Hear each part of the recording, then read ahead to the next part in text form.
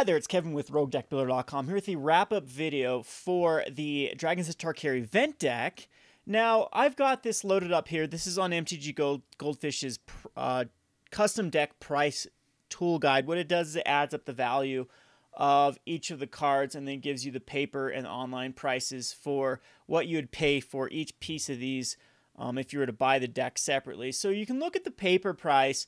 Getting this at the MSRP at $25 is actually a bargain right now if you were trying to put every piece together.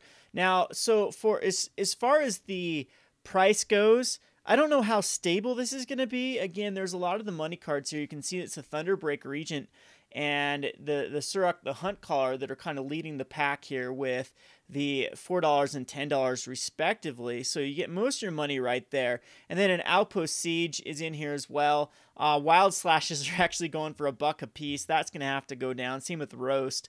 Roast is in there for almost $1 a piece. So that's going to affect the price pretty significantly. We have the Temple of Abandon, which is $1.50, but really nothing else to stabilize the price of this deck. Again, it's a lot of this is the bulk prices of the commons being, even like Arc Lightning Soul for 20 cents, and those all impact the price of a deck list.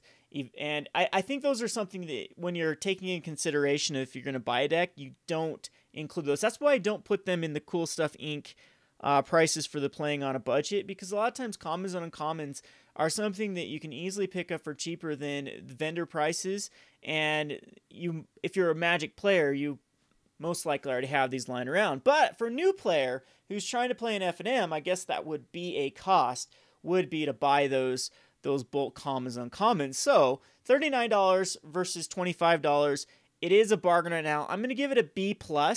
Is my rating for the cost of the deck. It would get an A if there was something in here that would stabilize the price indefinitely. Like back in the day, we saw like Stoneforge Mystics being printed in event decks. We saw Fetch Lands. We saw really key cards that people needed in the format that would ultimately stabilize the price of the event deck for months, if not years to come.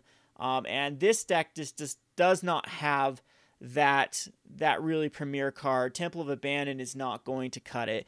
We need something else like a Wooded Foothills in the deck to really stabilize that price. So if they had a Wooded Foothills in here, I would give this an A, maybe an A+ for the rating. But since they do not, since they chose for the Temple of Abandon, which I don't think the deck actually even wants, because you do want your first turn Elvish Mystic, and with the Frontier Biviox and the Evolving Wilds, there's a lot of into-play tap lands that it is. So, yeah. So I'm going to give it a B+, maybe a B for the price. Now, onto the deck design. Creativity. It's pretty good. I liked it. And deck design, it works. It is good. It utilizes the Temur strategy, which I think more people need to go into Temur. And has a lot of answers, like had the Stubborn Denials, the Temur Charms, which actually work quite well. Now, as far as sideboard, like I actually didn't break it down to what's in the main board, what's the sideboard. I have to actually look at the list, but there's Outpost Siege kind of felt weird in the main board as for one of your premier rares. I think it's more of a sideboard card. The Creator's Claw was good. The Polish Crusher was actually not bad. The card isn't a bad card in Standard. I think it gets outclassed by Polukranos. Like, I don't see you ever running Polish Crusher over Polukranos. Polukranos is just a better card. The trample on this card was actually pretty cool with the building a monstrosity at up to a 7/7. There's not a lot of things that can block it and still get some damage through, but it has protection from enchantments, so you can't even put Mogus's Warhound on the Polish Crusher. So I'm going to actually give the deck design like a B or a B-. I'm thinking there are some obvious choices that this deck wanted. And one of the huge ones that I'm going to talk about right here is the Golden Hind. This needed to be Rattle Claw Mystics. I don't care if you had to dip into other rares. The Golden Hinds do not fit in this deck. They do not help you. They help you ramp into Suruk, the Hunt Caller, but you'd have to have perfect mana for the Thunderbreak Regent. They don't help you get the Savage Knuckle Blade out any turn earlier, or the Boon Satyr, or the Yasova Dragon Claw. So I'm not a fan of the Golden Hinds in here. If they want to be anything, it's going to be the Rattle Claw Mystic. The Rattle Claw Mystic can help you fix your lands for the Savage Knuckle Blade.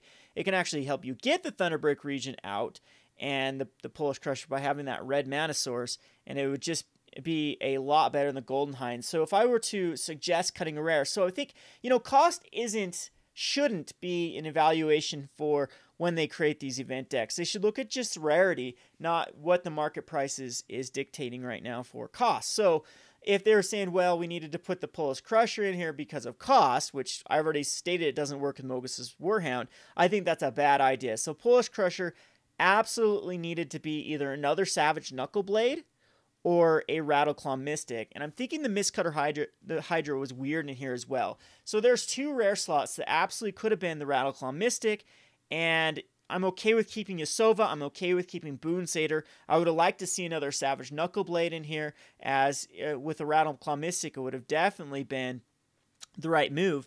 And since Temple of Abandon really isn't the greatest way to fix in this deck, I think what I would suggest doing is cutting a Temple of Abandon, and then cutting the Mistcutter Hydra and Polish Crusher to add two Rattleclaw Mystics and another Savage Knuckleblade. If that were the case, by deck design, it would have got a higher rating. So I am going to give this a B-. I think that puts down, I mean, that's still, a little bit below, above average for an event deck at a B-. I guess if we're saying C is average deck design, then this is a little bit above. So on to playability, I'm going to go ahead and give this a B or a B+. It definitely was very playable. We went 2-1 at an F&M. Yes, my opponents weren't the strongest that you'd see at, but that's pretty normal for an F&M. I've been to more premier stores where the competition is a lot greater than at my local game store at JR Games, but I've actually been to other game stores where the competition is less, or at other F&Ms. So we did see a Grand Prix grinder in match number 2. One of my good friends, Robert. So his deck is tuned to go. He did go barely missing day 2 at 2 Grand Prix, I believe, and some other PTQs. He's done very well. He swears by Jeskai Sanity Combo. It's his go-to deck. So that was a fine-tuned deck. And then we had a Mono White Heroic. He's a pretty good player as well. And we had a new player playing at least a decent deck with the UB control. So it did do very well against the competition. Struggled against Mono White Heroic, but that was a given. You could actually tune this out with Rattleclaw Mystics, etc., and it'd still struggle against the Mono White Heroics. So anyway, so as far as competitive edge, I guess this would be a B or a B+, I would say, because it is well to go. I like the 4 of Fanatic Xenagoses and the 4 of Heir of the Wilds. I don't think that these slots you could actually get much better. So the Elvish Mystic, Heir of the Wilds, Fanatic Xenagos, great. Mogus's Warhound actually worked very well in the deck. Abs and Beastmaster's a great sideboard card, as well as Reclamation Sage. Yasova is a fine 3-drop, and Boon Satyr is one of my favorite 3-drops in this slot, again with Savage Knuckleblade being fine. So this part of the deck is so solid, except, again, the Golden Hinds need to be Rattleclaw Mystics. Another thing that I think that this deck could have done for common is the Minotaur it's a 2-2, and when it comes into play, it gets +2/+0 in haste. I really like the card because it has a lot of synergy with Heir of the Wilds. It actually gets the Heir of the Wilds the +1/+1 the turn that it comes out.